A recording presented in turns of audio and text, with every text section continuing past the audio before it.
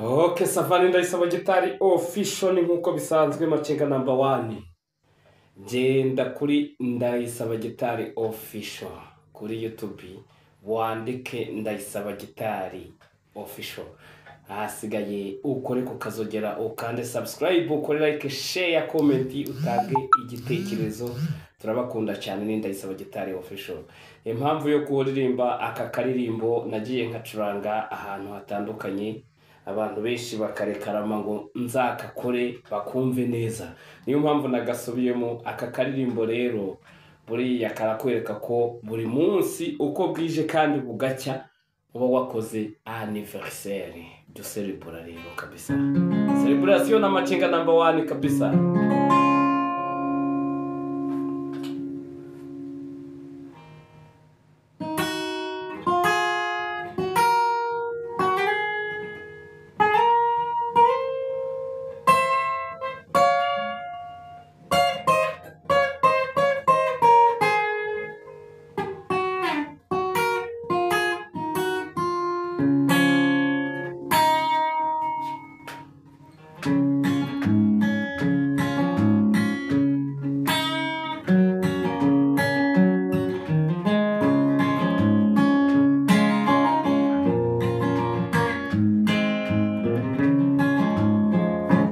Buryo buzima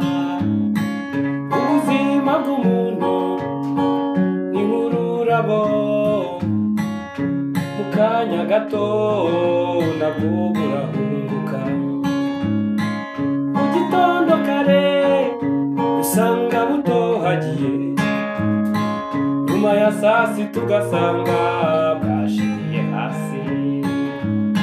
Nyuma ya saa sita izuba rimaze kumukubita, hawe ugasanga zose zashiriye hasi.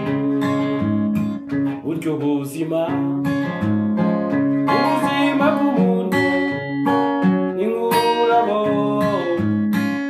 mu kanya gato nabwo burahunguka. Nimba waryamye nijoro uri muzima, hawe giserebura mu gitondo ubyutse uri muzima. Nimba waryamye nijoro uri muzima, hawe giserebura mu gitondo ubyutse uri muzima. Kuko ubuzima bw'umuntu ni nk'ururabo mu kanya gato nabwo burahunguka.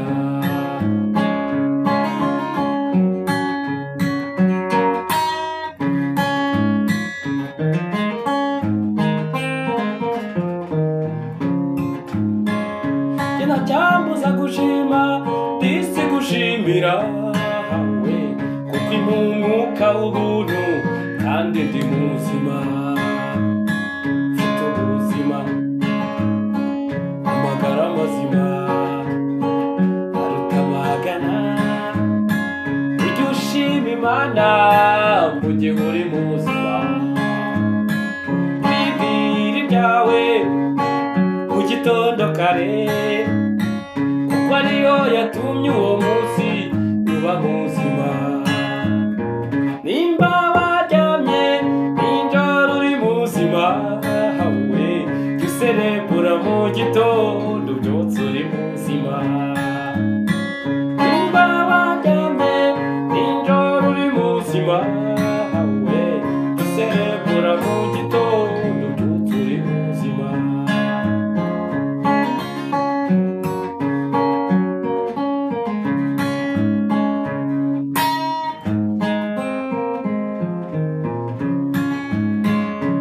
Burya shenge imipango yose wagira ikesha yuko ufite ubuzima.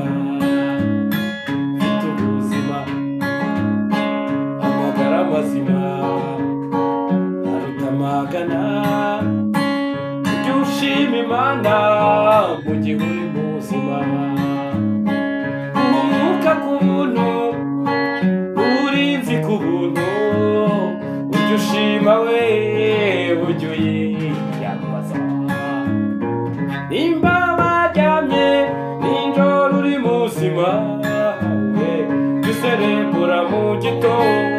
ubyutse uri muzima